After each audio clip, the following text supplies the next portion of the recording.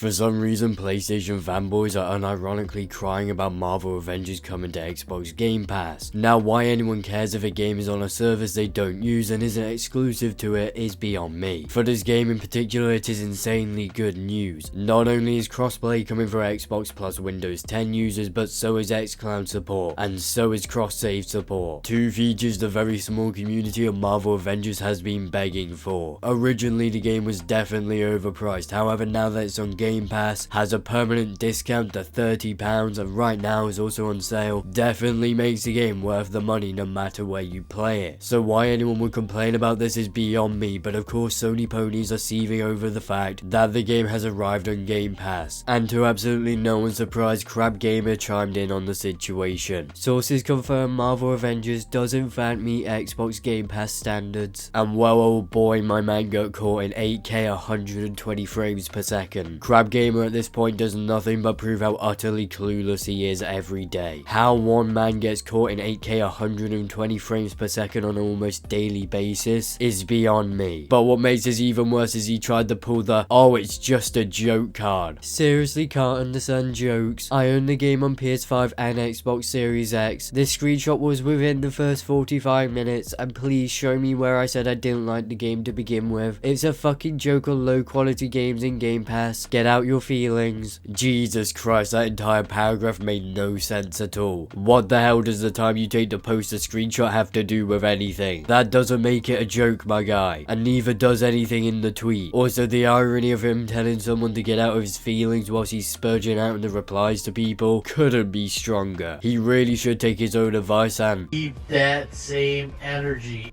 Even after this crab couldn't just sit back and take the L. Now he just had to try and fight back against people mocking him / calling him out for this, since the game was previously available through PS Now. Guess it meets PS Now's too. Cut the crap. That version is better rated, not great, but at least not in the 60s with the Xbox template. I don't even know what argument he's trying to make here. It makes that little sense. The PlayStation and Xbox versions are essentially identical, and oh my god guys, the game has a 1.3 higher score on the PS4. I mean, holy shit, the game is definitely wildly worse on the Xbox version. Bear in mind this guy has been claiming he was just making a joke, but right here he's defending the statement. It can't be both situations. Was on PlayStation first. You good? The game came out on PC, Stadia, Xbox and PlayStation at the same time. It didn't release on PlayStation first, and I have no idea why you think it did or how you think this is a W for PlayStation. It was on PS Now months ago and now it's on Game Pass. I don't see how saying it was on PlayStation first is a gotcha moment, but then again, I am reading tweets here. The intelligence of these people is more than likely subpar if I'm being generous. But most of the games on it is ass. You know, it's truly impressive how illiterate most fanboys are. How can anyone think that the majority of games on Game Pass are trash is beyond me, and even if that were true, there's more than enough great games on the service to warrant the subscription price. Games like Doom Eternal are an absolute steal through it. Seems the quality matches that platform for sure. I mean, considering the fact the game has got 3 campaigns, 2 of which are well over 8 hours long and extremely high quality, I genuinely think the game is worth it, just for those campaigns. And if you like games similar to Warframe, then the other part of the game is essentially a Marvel version of that. Something I personally have been able to enjoy a lot, and I have a feeling a lot of people playing the game through Game Pass will end up agreeing with me. Also, when you realize the game is not complete and will be missing a pretty important Marvel character. Personally, I wouldn't say Spider-Man is an important Marvel character when it comes to the Avengers. Also, I don't remotely get the idea that this game is incomplete. The original campaign when the game launched was complete. They just continued the story past its initial point in 3 content updates. It's like trying to claim Warframe and Destiny aren't complete because they're bringing out more campaign and more non-campaign content in the future. Like, do these people not want games to receive content updates after a game launches? Because I definitely won't ever be able to comprehend that. I can't wait to pay to play. I genuinely can't tell if they're referring to the game or Game Pass. If they're referring to the game, then I'm even more confused as to what the fuck they're on about, because that's such a weird complaint. Oh my god, I have to buy a game to play it? Like what? And if they're on about Game Pass, then that's such a weird dig as well. I'd much rather pay a monthly subscription for my games than pay $60 to $70 every time for them. Why do Xbox keep saying free? You motherfuckers pay for Game Pass. You know what the slap in the face is? If they actually have 30 million Game Pass subs. Xbox is making 4 to 5 billion a year renting out 80% indie games. People say it's free because it's free with Game Pass. It really isn't hard to figure that out, and it's not at all rocket science. Also, how is it a slap in the face that I get to save money whilst Xbox makes more money and indie developers themselves make more money? That's a fat W for everyone on PC, Xbox and mobile. Although I certainly should not expect a good take from someone shitting on the service for including indie games. It's hard to get more ignorant in this context than that. And all the content these new players have, a raid and probably some bare bones event while another platform gets an entirely new hero. And Xbox/PC will probably have to wait till March for a new hero. I love this game and happy for this, but poorly timed in my opinion. How can some of the new players will be at the same point as old players are as soon as they download the game? No, they won't. They'll have 3 campaigns, 9 characters and shit tons of content to play through before the first raid for Marvel Avengers comes out and before the next hero comes out for Xbox and PC. Acting like there's no content for new players to experience is a very strange and deluded argument to say the very least. Why not just keep it on PlayStation? Why you have to make a deal with the ecosystem I play on after you betrayed me as a Marvel fan/gamer? I've been avoiding this game by not paying or playing. Wish this wasn't on Game Pass cause you don't deserve this deal. Stay with PlayStation. This has to be single-handedly one of the most incoherent tweets I have ever read on this channel. They're complaining that the game is on Xbox, even though the game has been on Xbox since it launched. Then they say they boycotted the game over it being PlayStation only, but then they say they should stay with PlayStation. What the fuck did I just read? If anything in this situation, the developers need the Xbox deal, and I don't get how a game can be considered unworthy of being on the service. No one is forcing you to click download. You don't even have to buy the game in this scenario. What they said, I would never have even tried this game if it wasn't for Xbox Game Pass. What they meant, I would never have even bothered playing this garbage if there was something better than this that I could play on my Game Pass subscription. There are tons of games that are undeniably better than Marvel Avengers on Game Pass, like Subnautica Below Zero, Doom Eternal, the Quake Remaster, Doom 2016, the Fallout games, No Man's Sky, Forza Horizon 4, and the list goes on. The insane obliviousness from certain ponies consistently causes my hope for humanity to lessen by an immeasurable amount. Worst thing for gaming, it's ruining devs. I'm not sure what developers you've been talking to, because out of all the ones I've seen, they've done nothing but praise Game Pass, especially indie developers, due to the fact that most of the indie games on the service make far more money than they would have if they weren't on Game Pass. It gives indie developers on the service an insane amount of exposure, and it does nothing but benefit me as a customer, the developers/publishers, and Xbox. Literally everyone wins. PS standards are fire. One of the games you listed isn't even a PlayStation exclusive, and it's incredibly ironic you're saying PlayStation standards are much higher in response to this, since the game was on PS Now as well as PS Plus before Game Pass. I guess PlayStation standards aren't as good as you are making them out to be in your logic. No wonder why Rockstar never wanted their games on Game Pass. GTA 5 plus Red Dead 2 have been on Game Pass several times. This situation has literally nothing to do with Rockstar anyway, so why you're bringing them up is beyond me. Now frankly I cannot be asked to read any more degenerate PlayStation fanboy tweets, so with all that being said, please don't forget to do all the things YouTubers love to bet you to do, aka check out my Discord server, follow me on Twitter, as well as like, comment and subscribe. So that I will see you all in the next video.